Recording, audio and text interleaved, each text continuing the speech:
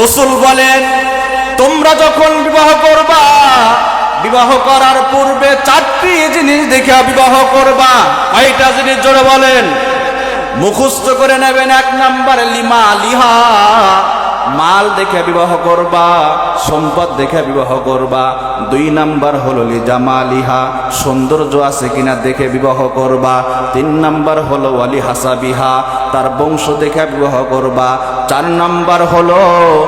Number হলো ওয়ালি দিনহা, দিনদারিত্ব দেখে বিবাহ করবা।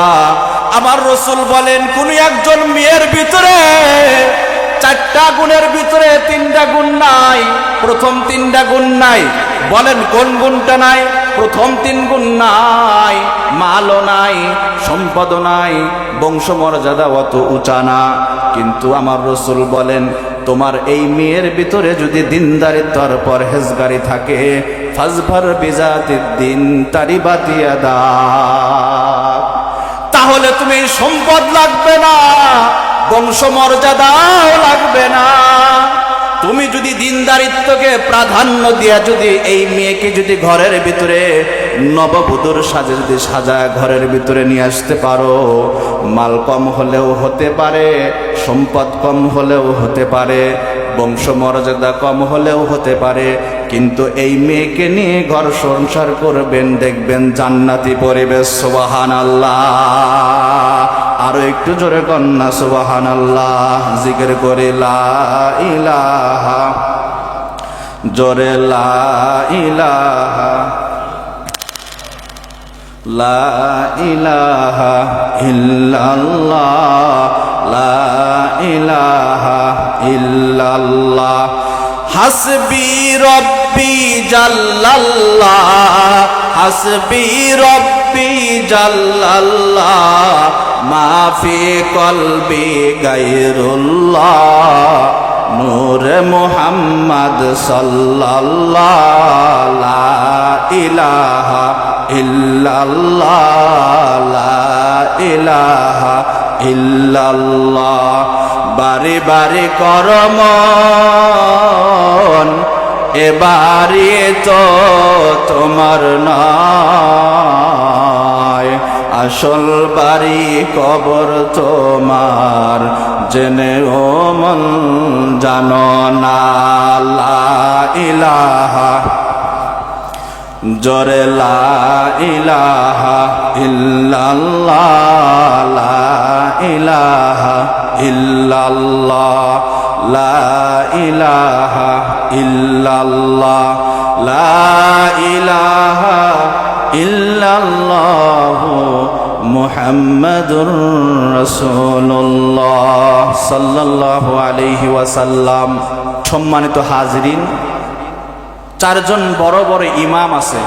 আপনারা কি নাম জানেন? একজনের নাম হলো ইমামে আবু হানিফা রহমতুল্লাহি আলাইহি, দ্বিতীয় জনের নাম হলো ইমাম শাফি রহমতুল্লাহি আলাইহি, তৃতীয় জনের নাম হলো ইমাম মালিক রহমতুল্লাহি আলাইহি, চতুর্থ জন ইমামের নাম হলো ইমাম আহমদ ইবনে হাম্বল রহমতুল্লাহি আলাইহি। ছোট্ট একটি ঘটনা এটার সাথে আমি যুক্ত করছি। ইমাম মালিক রহমতুল্লাহি আলাইহি 4 ইমামের ভিতরে একজন অন্যতম ইমাম হওয়া সত্ত্বেও উনি যেই গর্ভে থেকে দুনিয়াতে এসেছিলেন, তার চেহারা, তার মার চেহারাটা তত বেশি সুন্দর ছিল না। জোরে কোন সুবহানাল্লাহ। ইমাম মালিক রহমতুল্লাহি আলাইহির আব্বা যখন নাকি বিবাহর যখন উপযুক্ত হলেন, তখন তার দাদা পাশের এক গ্রামের মেয়ের কথা শুনতে পারলেন যে ওই এলাকার মধ্যে একজন মেয়ে আছে, খুবই গুণবতী, খুবই আখলাক চরিত্রের দিক দিয়ে উন্নত, পরহেজগার, দিনদার। ইমাম মালিক রহমতুল্লাহি আলাইহির আব্বার কাছে যখন নাকি এসে বললেন যে বেটা, এই পার্শ্ববর্তী এলাকার মধ্যে একজন সুন্দরী, রূপসী, গুণবতী, সব দিক দিয়ে বেটার এরকম একজন মেয়ে পাইছে, তুমি কি একটু দেখে আসো। বাবাকে তখন উত্তর করলেন যে আব্বা, আপনি তো দেখেছেন, আমার তো দেখার আর কোনো দরকার নেই। বর্তমান যুগের যুবকেরা কি এরকম নাকি ছেলের বিয়েতে বাবা দাওয়াত পায়? ধরে বলেন, বাবা ছেলের বিয়েতে বাবা অনেক সময় দাওয়াত পায়, বিবাহ হয়ে গেছে বাবা পরে যায়, আগেই হয়ে গেছে কমপ্লিট। ইমাম মালিক রহমতুল্লাহি আলাইহির আব্বা তখন তাকে বলেন, বাবা আপনি যেহেতু দেখেছেন, আমার তো দেখার কোনো প্রয়োজন নাই। আপনি কি জেনে শুনে আপনার ছেলের বউ কি এরকম খারাপ ধরে নিয়ে আসবেন? ইমাম মালিক রহমতুল্লাহি আলাইহির আব্বা যখন নাকি এই কথা বললেন, তখন ইমাম মালিক রহমতুল্লাহি আলাইহিকে নিয়ে, ইমাম মালিক রহমতুল্লাহি আলাইহির আব্বাকে নিয়ে ইমাম মালিক রহমতুল্লাহি আলাইহির দাদা ওই এলাকার ভিতরে থেকে মেয়েকে যখন নাকি বিবাহ করে যখন নাকি নিয়ে আসলেন, বাসর ঘরের ভিতরে যখন নাকি ঢুকলেন, বাসর ঘরের ভিতরে যখন নাকি ঢুকলেন, এতক্ষণ পর্যন্ত কিন্তু এক নজরের জন্য দেখে নাই। ইমাম মালিক রহমতুল্লাহি আলাইহি এক নজরও দেখেন নাই, এক নজরও দেখেন নাই। ইমাম মালিক রহমতুল্লাহি আলাইহির বাবা এক নজরও দেখেন নাই। বাসর রাত যখন নাকি হয়ে গেল, ওই সময়ের ভিতরে এরকম পর্দাটা যখন নাকি উঠাইলেন, ঘুমটা যখন নাকি উঠাইলেন, দেখলেন আব্বা যেরকম বলছিলেন কথা কাজের মধ্যে কোনো মিল নাই। সুবহানাল্লাহ জোরে বলে। ইমাম মালিক রহমতুল্লাহি আলাইহির আব্বা তখন চেহারাটা যখন দেখলেন, যুবক মানুষের চাহনি কিন্তু একটু বাহ্যিক চাকচিক্যের দিকে হয়, জোরে বলেন ঠিক না ঠিক? সবারই কিন্তু হুজুর বলেন, মুজুর বলেন, দিনদার বলেন, পরহেজগার বলেন, সবারই কিন্তু স্ক্রিনের দিকে মাইল থাকে। ইমাম মালিক রহমতুল্লাহি আলাইহির আব্বা তখন একটা কোণার মধ্যে গিয়ে বসে রইলেন। ইমাম মালিক রহমতুল্লাহি আলাইহি যখন নাকি একটা কোণার মধ্যে বসে পড়লেন, নববিবাহিতা স্ত্রী তখন গিয়া বললেন, ও স্বামী, হয়তোবা আমার স্কিন দেখে আপনার পছন্দ না হওয়ার কারণে আপনি হয়তো কর্নারে গিয়ে বসে আছেন। স্বামী গো, আল্লাহ পাক রব্বুল আলামিন কোরআনে হাকিমের মধ্যে বলেছেন, আসা আন তাকরাহু শাইআন ওয়া হুয়া খায়রুল লাকুম ওয়া আসা আন তুহিব্বু শাইআন ওয়া হুয়া শাররুল লাকুম। আল্লাহু আকবার জোরে বলেন। ইমাম মালিক রহমতুল্লাহি আলাইহির আব্বার কাছে গিয়ে নববিবাহিতা স্ত্রী বললেন, স্বামী গো, মনে হয় আপনার আমার চেহারা দেখে পছন্দ না হওয়ার কারণে একা একা বসে আছেন। কিন্তু আল্লাহ পাক রব্বুল আলামিনের এই কোরআনের আয়াতের ভিতরে আল্লাহ বলেন, অনেক সময় জাহেরান বাহ্যিকভাবে যেটা তোমরা কল্যাণকর মনে করো, সেটার ভিতরে আল্লাহ কল্যাণ নিহিত রেখেছেন। জোরে কোন সুবহানাল্লাহ।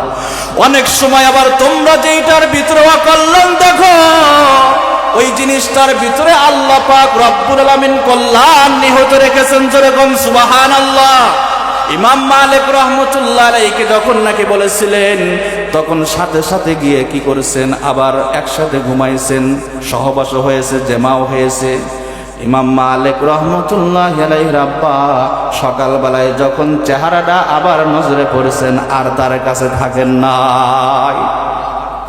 ইমাম মালিক রহমতুল্লাহ আলাইহির আব্বা এবার সকাল যখন হয়ে গেল, ওই এলাকা ছেড়ে অন্য একটা এলাকায় তিনি চলে গেলেন। আল্লাহু আকবার জোরে বলেন। ইমাম মালিক রহমতুল্লাহ আলাইহির আব্বা দীর্ঘ 18 থেকে 19টা বছর বাহিরে দেশে থাকার পরে হঠাৎ করে একদিন জোহরের সময় তার নিজ এলাকার মধ্যে প্রবেশ করলেন। নিজ এলাকার মধ্যে প্রবেশ করার পরে জোহরের নামাজটা আদায় করলেন। দেখলেন এলাকার রূপটা একদম পরিবর্তন হয়ে গেছে। ইমাম মালিক রহমতুল্লাহ আলাইহির বাবা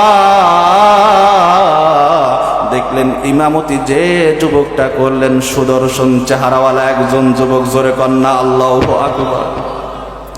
ইমাম মালিক রহমতুল্লাহ আলাইহি ওই ইমাম সাহেবের চেহারা দেখে নিজের দিলটাকে প্রশান্ত মনে করলেন, দিলে তৃপ্তি নিয়ে আসলেন। আর বললেন, কিছুক্ষণের পরে দেখলেন যে ওই মসজিদের ভিতরে একটা ক্লাস হচ্ছে। এই সুন্দর সুদর্শন যুবক পুরুষরা দেখলেন যে ক্লাস করাচ্ছেন, হাজার হাজার শ্রোতা এবং মুসল্লিরা শুনতেছেন চাতক পাখির ন্যায়। যখন নাকি ক্লাস শেষ হয়ে গেল, সবাই যখন নিজ নিজ কাজের মধ্যে ব্যস্ত হয়ে গেলেন, ইমাম মালিক রহমতুল্লাহ আলাইহির আব্বা একজন মুরব্বী লোককে দেখে বললেন, বাবাজি, যেই সুন্দর সুদর্শন যুবকটা নামাজ পড়াইলেন, আবার ক্লাস করাইলেন, এই সুদর্শন যুবকটার বাড়ি কোথায় একটু বলো, লোকেশনটা একটু দাও। এবার ইমাম মালিক রহমতুল্লাহি আলাইহির আব্বাকে একটা লোকেশন দেওয়া হলো। ইমাম মালিক রহমতুল্লাহি আলাইহির আব্বা হাঁটি হাঁটি পা পা করে ওই লোকেশনওয়ালা বাড়িতে গিয়ে সালাম দিলেন। দরজার মধ্যে আল্লাহু আকবার জোরে বলেন। সালামের জবাব শুনে ওই ঘর থেকে ওই সুদর্শন চেহারাওয়ালা যুবকটাই বের হয়ে ওয়ালাইকুম সালাম বললেন, সুবহানাল্লাহ। এইবার তখন ইমাম মালিক রহমতুল্লাহি আলাইহির আব্বা তখন বলেন, তোমার ঘরের ভিতরে কে কে আছে একটু বলো। কয় যে আম্মা ছাড়া দ্বিতীয় আর কেউ নাই। ইমাম মালিক রহমতুল্লাহি আলাইহি বলেন, তোমার ঘরের ভিতরে একটু আমি ঢুকতে চাই। ইমাম মালিক রহমতুল্লাহি আলাইহির ওই সন্তান তখন বলেন, ঢোকার কোনো অনুমতি নাই আমার আম্মা যতক্ষণ পর্যন্ত পারমিশন না দিবে। আজকাল দেখবেন ঘরের ভিতরে শো শো করে ঢুকে যায় অবাধে। দেবর ঢুকতেছে আপনার ভাবির ঘরের ভিতরে, দেবর ঢুকতেছে ভাবির ঘরের ভিতরে, বাসুর ঢুকতেছে আপনার কি ছোট ভাইয়ের ঘরের ভিতরে, যেই জায়গার মধ্যে কিচ্ছু নাই। রাসূল সাল্লাল্লাহু আলাইহি ওয়াসাল্লাম হাদিসের মধ্যে বলেন, যেই জায়গার মধ্যে একজন পুরুষ আর একজন মহিলা থাকে, 3 নাম্বার ব্যক্তির নাম জানি কি বলেন? শয়তান। শয়তান তখন ফুসলাইবে, কেউ তো নাই, আশপাশে টাকা দেবে কেউ নাই। আজকে হাজার হাজার ইফতিজিং এবং ধর্ষণের শিকার এই পর্দা লঙ্ঘন কারণে হচ্ছে। জোরে বলেন ঠিক না ব্যাঠি? মুসলমান বন্ধুরা আমার, পর্দাতে করে না তা না, পর্দাও করে, কিন্তু দাদি আর নানিরা, ঠিক না ব্যাঠি? জোরে বলেন। আজকে দেখবেন যদি কোথাও যদি ঘুরতে যায় দাদি আর নানি, ওই জায়গার ভিতরে দেখবেন দাদির বয়স হয়ে গেছে 80+, নানির বয়স হয়ে গেছে 90+। দাদি দেখবেন একটা কাপড় পরেছে, তার উপরে বোরকা, তারপরে আবার হাত মোজা, পাও মোজা, ঠিক না ভাই? ঠিক জোরে বলেন। সাথী নাতি নিয়ে গেছে, নাতনি নিয়ে গেছে, 17 বছরের যুবতী নাতনি। এই 17 বছরের যুবতী নাতনির দিকে যখন নাকি সুন্দরী রূপবতী, যখন নাকি মেয়ে যখন নাকি রাস্তায় বের হয়, যুবক মানুষের চোখের যখন নাকি ইশারা যখন পড়ে, তার দিলের ভিতরে শয়তান ওয়াসওয়াসা দেওয়ার সুযোগ পায় কি পায় না? পর্দা করার কথা ছিল তোমার নাতনির, কিন্তু তা না করে কে করলো? জোরে বলেন। দাদি আর নানি। দাদি যদি সব খুলে যদি রাস্তায় বের হয়ে যায়, তার দিকে কেউ তাকাইবে না, কিন্তু পর্দার সে করতেছে। আবার অনেক এলাকার ভিতরে দেখা যায় যখন নাকি কেউ কোনো মহিলা মানুষ মারা যায়, তারে মানে কয়টা কাপড় দিয়ে কাফন পরানো হয়? জোরে বলেন। কয়টা কাপড়? 5খানা কাপড়। 5খানা কাপড় দেয়, কিন্তু সামনে এবং পিছনে এরকম চকলেটের মধ্যে মোসরায়া দেয় কি দেয় না? আবার যখন নাকি কবরস্থানে যখন নিয়ে যায়, ওই জায়গার ভিতরে দেখবেন কি করে, আবার উপর দিয়ে একটা কালো গেলাপ দেয় কি দেয় না? জোরে বলেন। উপর দিয়ে কালো গেলাপ দেয়। আবার যখন নাকি কবরস্থানে নামানো হয়, তখন বলে নিজের আত্মীয় স্বজন ছাড়া নামা যাবে না। জোরে বলেন ঠিক না ভাই? ঠিক। আবার বলে এই জায়গার মধ্যে আবার পর্দা টেনে দেয়। আচ্ছা, আপনাদের কাছে প্রশ্ন করতে চাই, এই যে 5টা কাপড় দিয়ে চকলেটের মতো পেঁচায়া দিছে, আবার নারী বুড়ি সব নষ্ট হয়ে গেছে, তারা দেখবে এখন কে? যখন তোমার দিকে হাজারো যুবক পাগল পারা ছিল, তখন তোমার পর্দার দরকার ছিল, ঠিক না ব্যাঠি? জিন্দা থাকতে তুমি কোনোদিন পর্দা করলা না, মৃত্যুর পরে তোমারে 5টা কাপড় দিয়া পেঁচানোর পরে তোমার কোনো পর্দার কিন্তু প্রয়োজন ছিল না, কিন্তু ইসলামী বিধান রক্ষা করার কারণে তোমার এভাবে পর্দা করতে হয়। তাহলে বোঝেন, মৃত্যুর পরেও যদি এরকম পর্দা করতে হয়, জিন্দা থাকতে পর্দা করতে হবে কি হবে না? মুসলমান বন্ধুরা আমার, ইমাম মালিক রহমতুল্লাহি আলাইহির বাবা তখন ওই যুবককে বলে, তোমার ঘরে ঢুকতে চাই। যুবক তখন উত্তর করে, আম্মার পারমিশন ছাড়া ঢোকার কোনো অনুমতি নাই। আমার আম্মা যতক্ষণ পর্যন্ত পারমিশন না দিবে অতক্ষণ পর্যন্ত আপনাকে ঢুকতে দেব না। জোরে কোন সুবহানাল্লাহ। ইমাম মালিক রহমতুল্লাহির বাবা ওই সুদর্শন যুবকওয়ালাকে বলে, তোমার মার কাছে গিয়ে একটা আয়াত পড়বে, জোরে কোন আল্লাহু আকবার। একটা তোমার মার কাছে বলবা, তোমার মা দেখবে এই আয়াতটা শুনে দেখবা তুমি বুঝতে পারবে। আয়াতটা বলে দিলেন, কয় তোমার মার কাছে গিয়ে এই আয়াতটা পড়বা, আসা আন তাকরাহু শাইআ, আসা আন তাকরাহু শাইআ ওয়া হুয়া খায়রুল লাকুম ওয়া আসা আন তুহিব্বু শাইআন ওয়া হুয়া কুরহুল লাকুম। জোরে কন্না আল্লাহু আকবার। ইমাম মালিক রহমতুল্লাহি আলাইহি যখন তার মার কাছে গিয়া বলেন, মা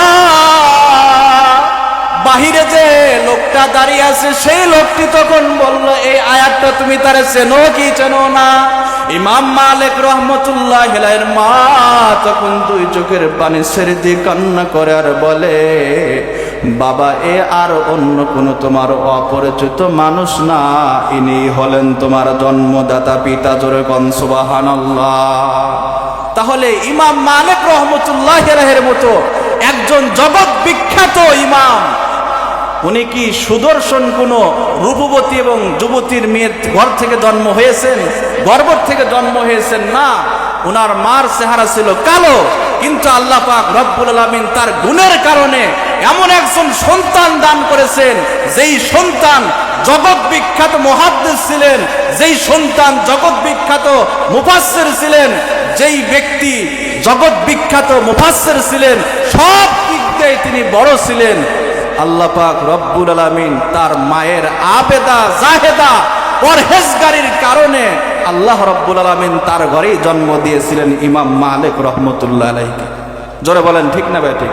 এই কারণেই আমরা বাজারে গেলে পরানোর সময় বলে যে গোশত যখন কিনতে যাই, বলে যে ভাইজান এই গোশতের ভিতরে যেন হাড্ডি না দেন। বলি কি বলি না? বলেন গোশতের ভিতরে হাড্ডি দিয়েন না।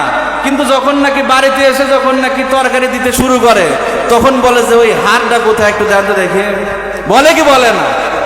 আপনি সমুদ্র কক্সেস বাজারে সমুদ্র সৈকতে ঘুরতে গিয়ে আপনি ধলা চামড়ার একজন বাদুর ধরে ঘরের ভিতরে নিয়ে আসলেন, পরে যখন কথা শোনে না, পরকীয়া যখন নাকি করে, তখন বলেন এর নামে মামলা করতে হবে। মামলা ওর নামে না, মামলা 5টা তোমার নামে করা দরকার। জোরে বলেন ঠিক না ভাই? ঠিক। তুমি বিবাহ করার সময় তোমার বাবাকেও সাথে নাও না, বিবাহ করার সময় তোমার মুরব্বীকেও সাথে নাও না। কোথায় কলেজের মধ্যে ভার্সিটির ভিতরে তুমি গিয়া ইটিস পিটিস করতে গিয়ে তারা ধরে নিয়ে আসার পরে তোমার বাবার আশীর্বাদ নাই, দোয়াও নাই, মারও আশীর্বাদ দেওয়া নাই, তোমার এই বউ সবচাইতে ভালো হবে নাকি ফেরাউনের দলবলের সময় যারা ছিল তাদের মতো হবে? জোরে বলেন ঠিক না বেঠিক? আল্লাহ তাআলা আমাদের সবাইকে সন্তানের হকগুলো আদায় করে সন্তানের কাছ থেকে যে পাওনা আমাদের, সেই পাওনা বুঝে পাওয়ার তৌফিক দান করে। জোরে বলেন আমিন।